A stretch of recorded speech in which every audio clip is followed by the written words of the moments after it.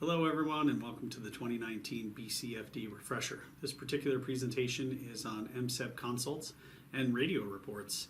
Mcep Consults being the primary focus of this particular presentation because radio reports are a little bit fewer and far in between. We will touch on them briefly just so that you can kind of see what the hospitals are looking at when you're giving information.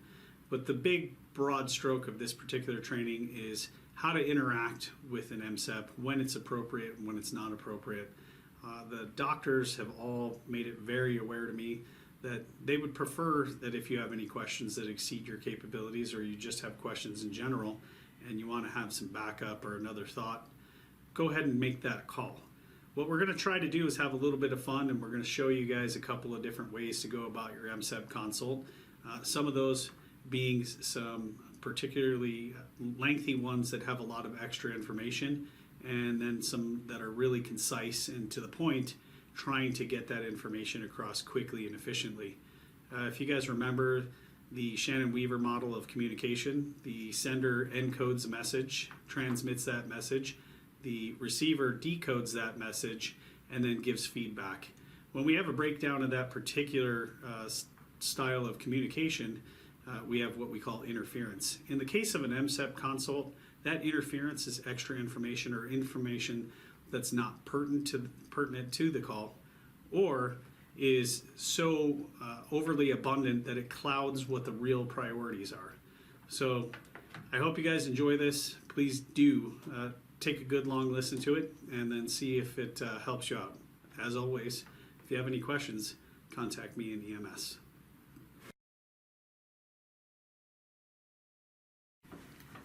Hey, Dr. Berglund. Hey, man. Why are you working here at the coffee shop? I kind of wanted to be at a place where people will just tell me what they want. What do you mean? I'm always happy to answer the phone, but sometimes folks call and they talk and talk, and I'm not really sure what we're talking about. Whereas here, people just tell me that they're thirsty, and they put in their order, and they just tell me what they want. So do you think that we could do that better for you in EMS? I think so. I think when you guys call, if you can just tell me what it is you're calling for, then I'll be happy to just say yes. So are you looking for like a brain priming thing? How would you ideally want us to call you? Yeah, and ask for it? That's exactly it.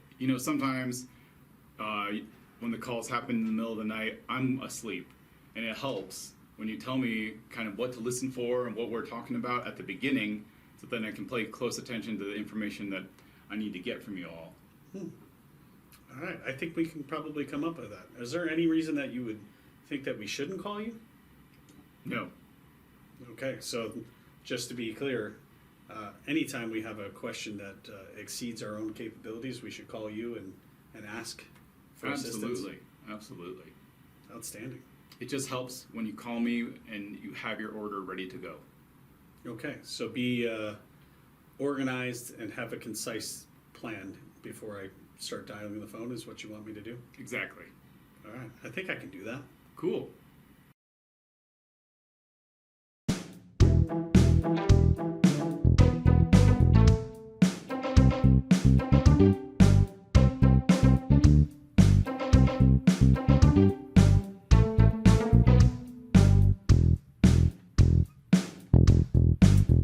Consortium, this is Dr. Berglund. Dr. Berglund. So I'm on this call, and we were called because it was a sick call, and we showed up at the house here today, and the wife is really concerned. Her husband seems to just, I guess, not be feeling well.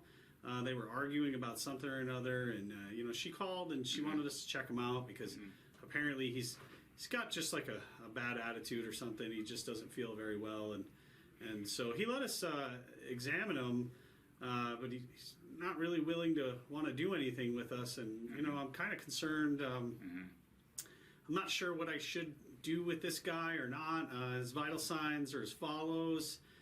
He's 67. Male. He's breathing normally. He's He's got a pulse. It's strong at the radial, about 85, 86, and he's breathing probably. Hey, Joe, what do you think he's breathing at? It's like 16 times a minute, and his pulse ox is 94. And hold, stand by. I gotta get your blood pressure. What's that blood pressure? And his blood pressure is like 170 over 90, and I'm kind of worried. Like I don't know about that blood pressure, and you know, I just don't. I don't know. What do you think? Well, do you think he has intact decision-making capacity? What do you mean? Well, when you tell him what you're worried about, do you think he understands what you're saying and can make a good decision based on that? Hey man, do you understand what I'm telling you? He says he understands and that we should just go. All right, then. I think that since your patient can make a good decision on their own and is not intoxicated, they can still stay at home. So you sure you want to stay at home? Okay, Doc, I guess we're just going to let him stay at home. Perfect. Thanks, guys.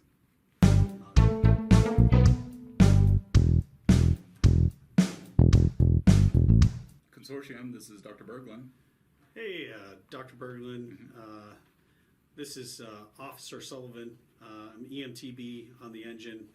I'm working a cardiac arrest case with my medic here who's currently tied up with the patient care and the cardiac monitor.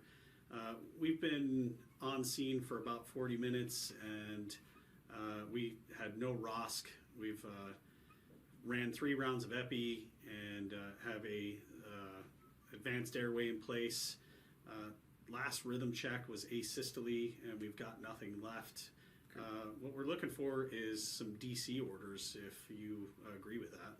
Yeah, sounds like you guys have done everything perfect, and I think it's reasonable to terminate resuscitation at this time. Excellent. And so that's Dr. Berglund at 2100 hours. Yes, sir. All right. Have a great night, sir. You too. Thanks.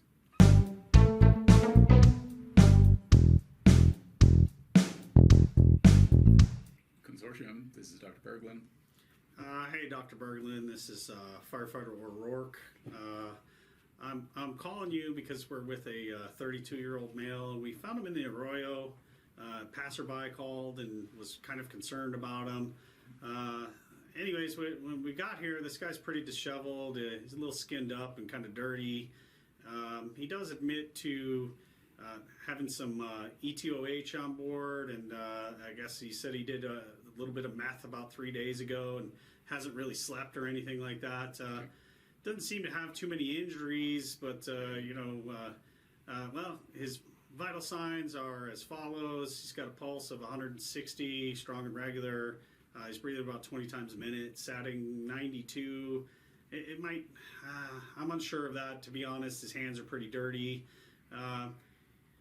He can tell me his name and his social security number, but he keeps talking about something about La Llorena or something like that, and I'm not sure really what's going on there, but we're just really looking like, what do you think? I'm sorry, what? Well, what do you think we should do with this guy? Is this gentleman safe in this arroyo? I'm not sure. I think he's homeless. Okay. I mean, but do you think this arroyo is a safe place for this guy to be? Well, no, I think they tell everybody to not play in the ditch. So. Yeah. And do you feel like he has intact decision-making capacity? Hey, do you know what's going on?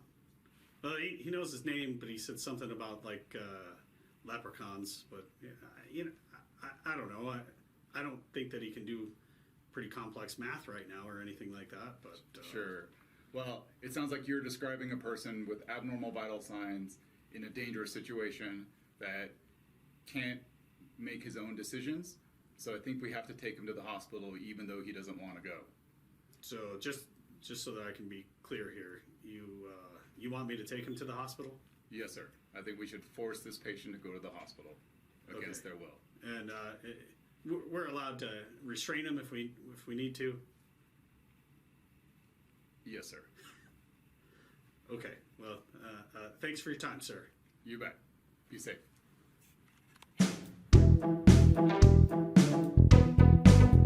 Consortium, this is Dr. Berglund. Hey, Dr. Berglund. This is Medic Smith on Rescue 55. Hey, man. Hey, I just wanted to let you know we're working this code. I think we're on scene now. Hey, like 22 minutes? Yeah, about 22 minutes. Our patients had VFib the entire time. We've shocked 3 times, and we just gave some calcium and mag. I think about 4 minutes ago, both of them. We still don't have a rhythm change. What do you think? Sorry, you gave calcium and magnesium together? Yeah. We're trying to get rid of that pesky coarse VFib that we see on the monitor. Gotcha. Have you tried any epi? Yeah, I think we gave one round of epi early in the code, probably a 6-minute mark. Gotcha. And sorry, what kind of airway do you have? We're currently bagging through an LMA. Gotcha. All right. I think you should continue to run this resuscitation for a little while longer and try and correct this patient's VFib. Are they a dialysis patient? You know, I'm not sure. I can go ask the family. Do you want to hang out for a minute, or? Sure, I got time.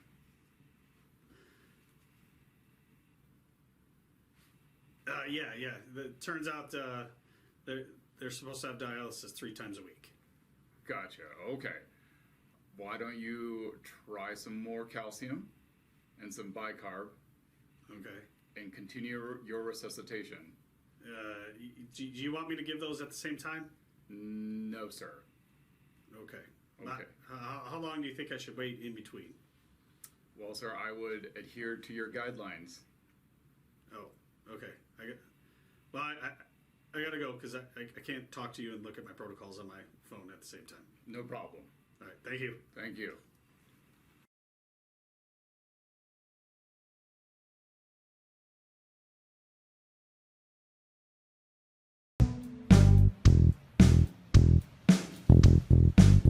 Consortium, this is Dr. Berglund. Hey, Dr. Berglund. This is Medic Smith. I'm on a traumatic arrest. We've double darted the chest and have no electrical activity on the monitor, and we'd like to go ahead and DC this. That sounds reasonable. Thanks, guys. Excellent. Thank you, sir. So, Dr. Berglund, making medical control calls or giving radio reports, it's not really taught. I mean, I know that I'd never really seen anything until I went through paramedic. And then, you're kind of at the mercy of who it is that's teaching you how to do a radio report. So bad habits beget more bad habits. Yeah, totally.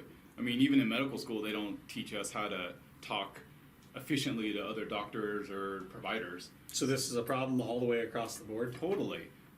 So, and it's understandable, right? You guys are on scene and you've spent all this time gathering in this information, and so you want to appear competent and intelligent, that you want to, seem like you know what you're talking about.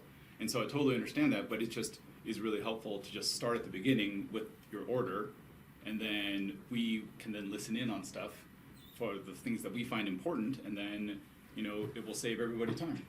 So one of the things that I noticed when I was in the field full-time, I guess the very first clue I got was when I saw my first hospital triage report.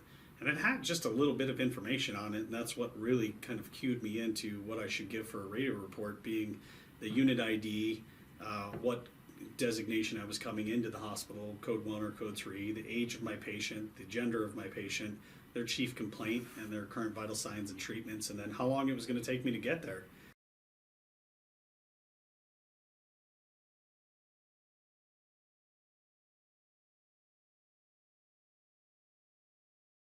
I didn't see any place for any other extra information. Is that similar along the lines of what you would really look for if I was calling for assistance from you? Totally.